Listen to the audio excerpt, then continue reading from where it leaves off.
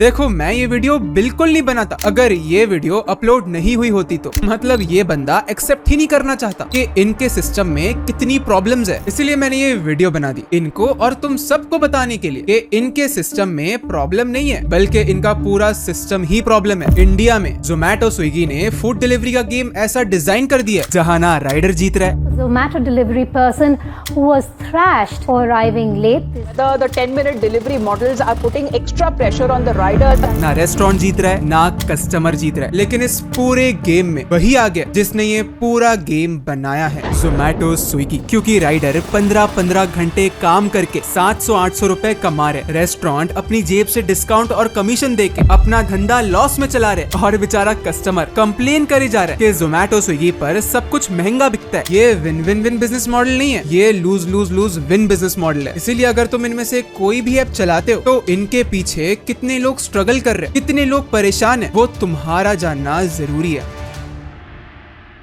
Guys, इस कहानी की शुरुआत एक जेन्युइन प्रॉब्लम से हुई थी। 2010 के आसपास इंडिया के शहर बदल रहे थे, सिटीज बड़ी हो रही थी, ट्रैफिक बढ़ रहा था और लोगों के पास टाइम कम था कि वो खुद बाहर कोई अच्छा रेस्टोरेंट ढूंढे, फिर खाना लेके घर आए और ऊपर से बस गिने चुने रेस्टोरेंट ही होम डिलीवरी देते थे। बाकी 99% रेस्टोरेंट के पास फूड डिलीवरी का ऑप्शन ही नहीं था। अगर किसी को घर बैठे खाना चाहिए तो वहीं से ऑर्डर करना पड़ेगा जो डिलीवरी देता है, चाहे वहाँ का खाना पसंद आए यहाँ ना आए। और अगर डिलीवरी होती भी है तो फोन कॉल्स, गलतियां, डिले सब मेस्ड अप था। इसी गैप को फिल करने के लिए फूड डिलीवरी एप्स आए। आइडिया सिंपल था, रेस्टोरेंट को कस्टमर से जोड़ो, डिलीवरी को ऑर्गेनाइज करो और बदले में थोड़ा कमीशन लो। थोड़ा शुरुआत में ये मॉडल बहुत ज्यादा हेल्पफुल था। रेस्टोरेंट्स को ऑनलाइन विजिबिलिटी मिली, कस्टमर्स को कन्वीनियंस मिली और हजारों लोगों को डिलीवरी राइडर के तौर पे काम मिला। सबको लगा कि ये तो विन विन है, लेकिन फिर धीरे धीरे एक चीज बदलने लगी। फूड डिलीवरी में कंपटीशन कम होने लगा और सिर्फ कुछ ही एप्स पूरे इंडिया पे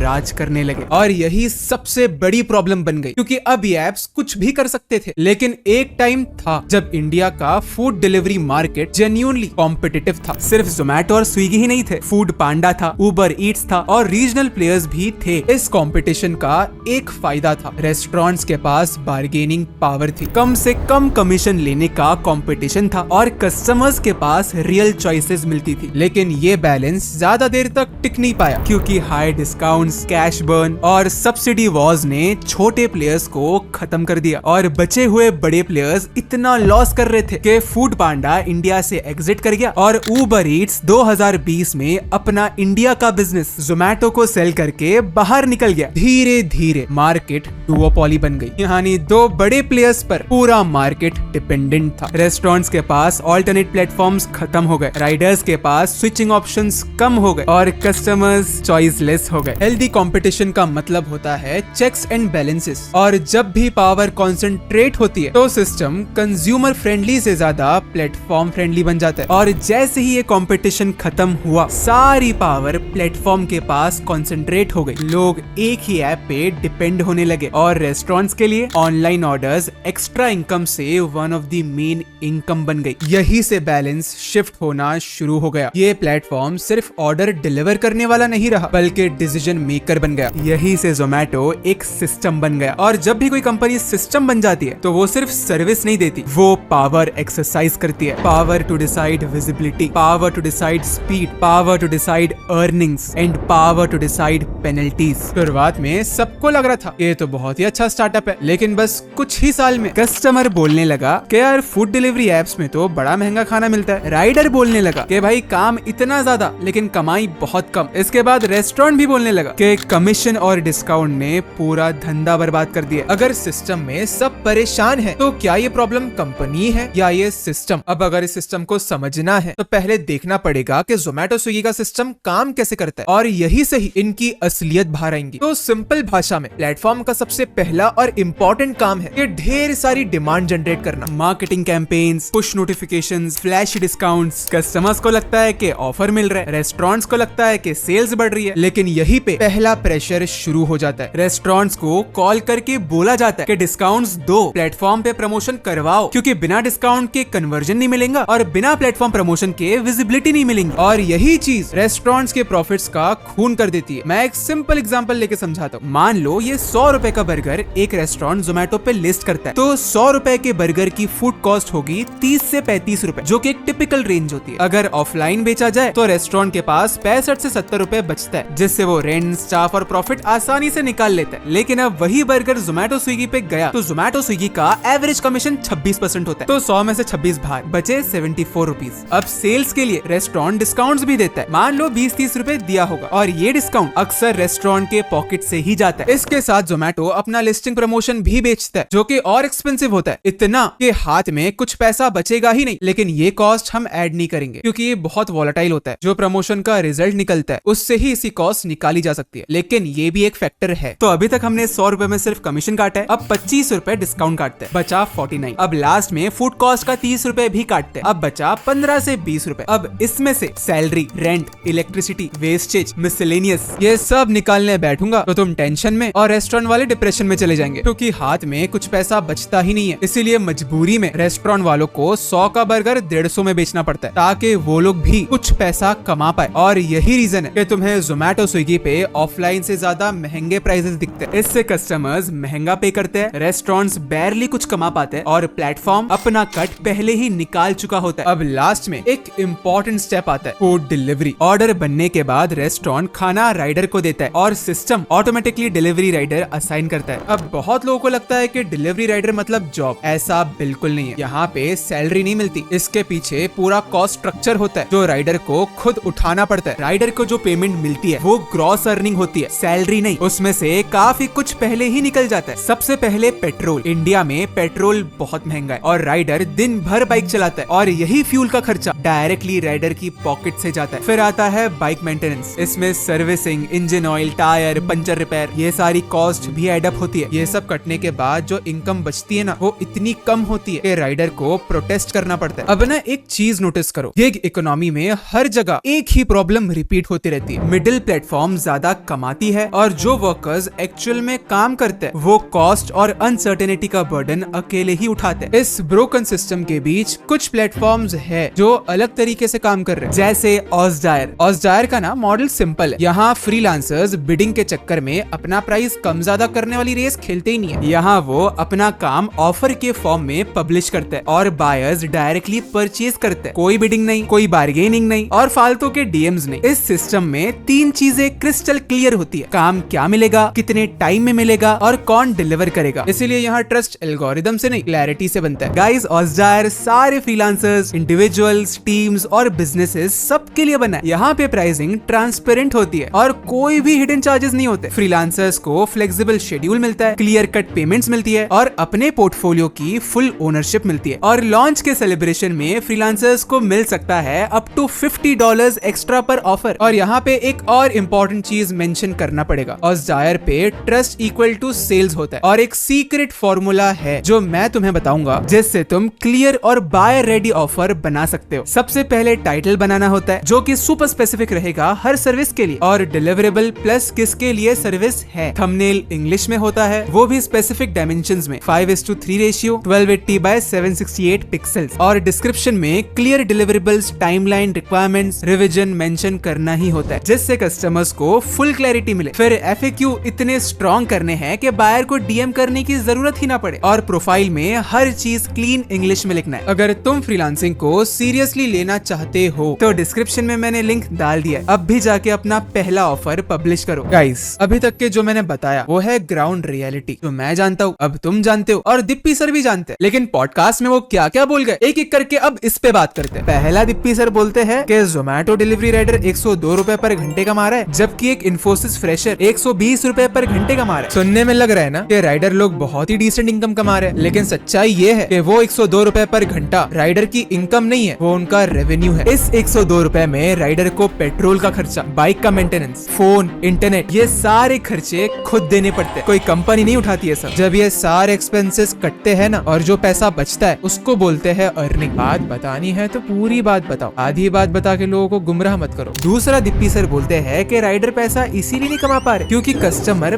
पैसा नहीं देता। और ये भी बोलते हैं कि जो लोग आज उनको ट्रोल कर रहे हैं वो खुद अपने घर की बाइयों को या ड्राइवर को ज्यादा पैसे नहीं देते। यार इतना बकवास आर्गुमेंट। मतलब दिप्पी सर घर की मेड या ड्राइवर की हालत अपने राइडर से कंपेयर कर रहे हैं। देखो, पर्सनल ड्राइवर का यूज करके कोई करोड़ों का धंधा नहीं चला रहा है यहाँ पे। वो जो राइडर्स है आपके पार्टनर्स है जिनके वजह से आपका धंधा ऑपरेशनल है और वो लोग एक फेयर डिसेंट अर्निंग डिजर्व करते हैं। तो लोगों के पर्सनल घर के ड्राइवर से, घर की मेडों से तो कंपेयर मत ही करो। और कस्टमर की गलती कैसे अगर राइडर पैसा नहीं कमा पा रहे, ये मुझे समझाओ। देखो, इंडिया में लोग हैं जो कन्वीनियंस के नाम पे पैसा देते हैं लेकिन उनका मार्केट छोटा है। अगर आप डिलीवरी चार्जेस बढ़ाते हो तो आपके पास वही छोटा मार्केट बचेगा और मार्केट आपका छोटा हुआ तो कंपनी की वैल्यूएशन गिर जाएंगी और वो गिरी तो फंडिंग में प्रॉब्लम होगी। लेकिन ये सब थोड़ी बताना है लोगों को, बस इतना बोल के खत्म करो ना कि कस्टमर पैसा नहीं देता, बात खत्म। ये सब आपको बहुत अच्छे से पता है कि जितना डिलीवरी चार्ज कम होगा उतनी आपकी मार्केट बड़ी होगी। इसमें आपका तो बहुत ज्यादा फायदा है लेकिन डिलीवरी वालों का एक्सप्लॉइटेशन है। इसके बाद तो दिप्पी सर ने ब्लंटली झूठ बोला। वो बोलते हैं कि क्विक कॉमर्स में वो राइडर्स को बिल्कुल प्रेशराइज नहीं करते। वो पॉइंट ये देते हैं कि डार्क स्टोर लोगों के घर के बहुत पास होता है इसीलिए 10 मिनट में डिलीवरी हो जाती है, जबकि खुद डिलीवरी राइडर्स बोलते हैं कि उन्हें प्रेशराइज करा जाता है। बहुत लोगों का इसके वजह से एक्सीडेंट तक हुआ है, तब भी कंपनीज को राइडर की नहीं अपनी 10 मिनट मार्केटिंग की पड़ी है। और पता है सबसे खतरनाक चीज क्या हो रही है? ये सब कुछ नॉर्मलाइज हो रहा है। कस्टमर बोलता है हम क्या कर सकते हैं, रेस्टोरेंट बोलता है मजबूरी है, राइडर बोलता है कि ऑप्शन ही नहीं है और कंपनी बोलती है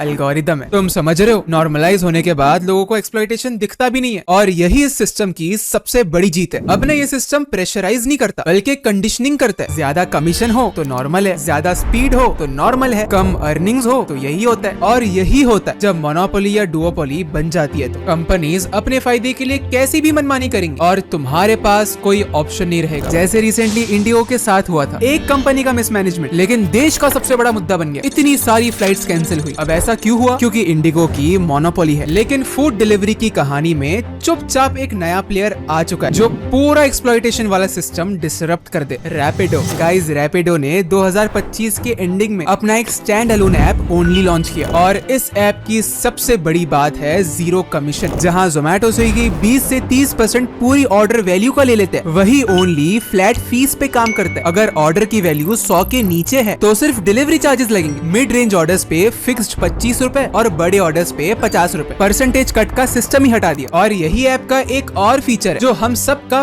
पेन पॉइंट है, ऑनलाइन प्राइजेस ऑफलाइन प्राइजेस बिल्कुल सेम मिलेंगे क्योंकि अब रेस्टोरेंट को कमीशन तो देना नहीं है, इसीलिए वो लोग अपने ऑफलाइन प्राइजेस को बिना बढ़ाए ऑनलाइन डाल सकते हैं तो कस्टमर को भी फेयर रेट्स पे खाना मिलेगा। एक और यूनिक चीज जो रैपिडो ने किया वो है अपने कस्टमर्स का डेटा रेस्टोरेंट्स के साथ शेयर करना ताकि वो कस्टमर्स के साथ डायरेक्ट रिलेशनशिप बना पाए। मतलब अब उन्हें प्लेटफॉर्म पे डिपेंडेंट रहने की जरूरत नहीं पड़ेगी। और रैपिडो का देखा देखी जोमेटो ने भी ये चीज करना शुरू कर दिया। अब समझ आया कि कंपटीशन कितना जरूरी है। और गाइज, अभी तक के जब मैं ये वीडियो बना रहा हूँ, आगे का पता नहीं, ओनली ऐप के अंदर एड्स का ऑप्शन ही नहीं है। तो अगर किसी रेस्टोरेंट के पास ज्यादा पैसे तो वो अनफेयर एडवांटेज नहीं ले सकता। 2026 में रैपिडो प्लान कर रहा है कि वो 500 सिटीज तक के स्केल कर लेगा। अब पता नहीं ये मॉडल चलेगा या नहीं, लेकिन एक बात तो क्लियर है, अगर एग्जिस्टिंग प्लेटफॉर्म्स अपने पार्टनर्स को ऐसे ही एक्सप्लॉइट करते रहे तो डिसरप्शन तो पक्का होगा ही। बस सवाल ये है कि कब होगा।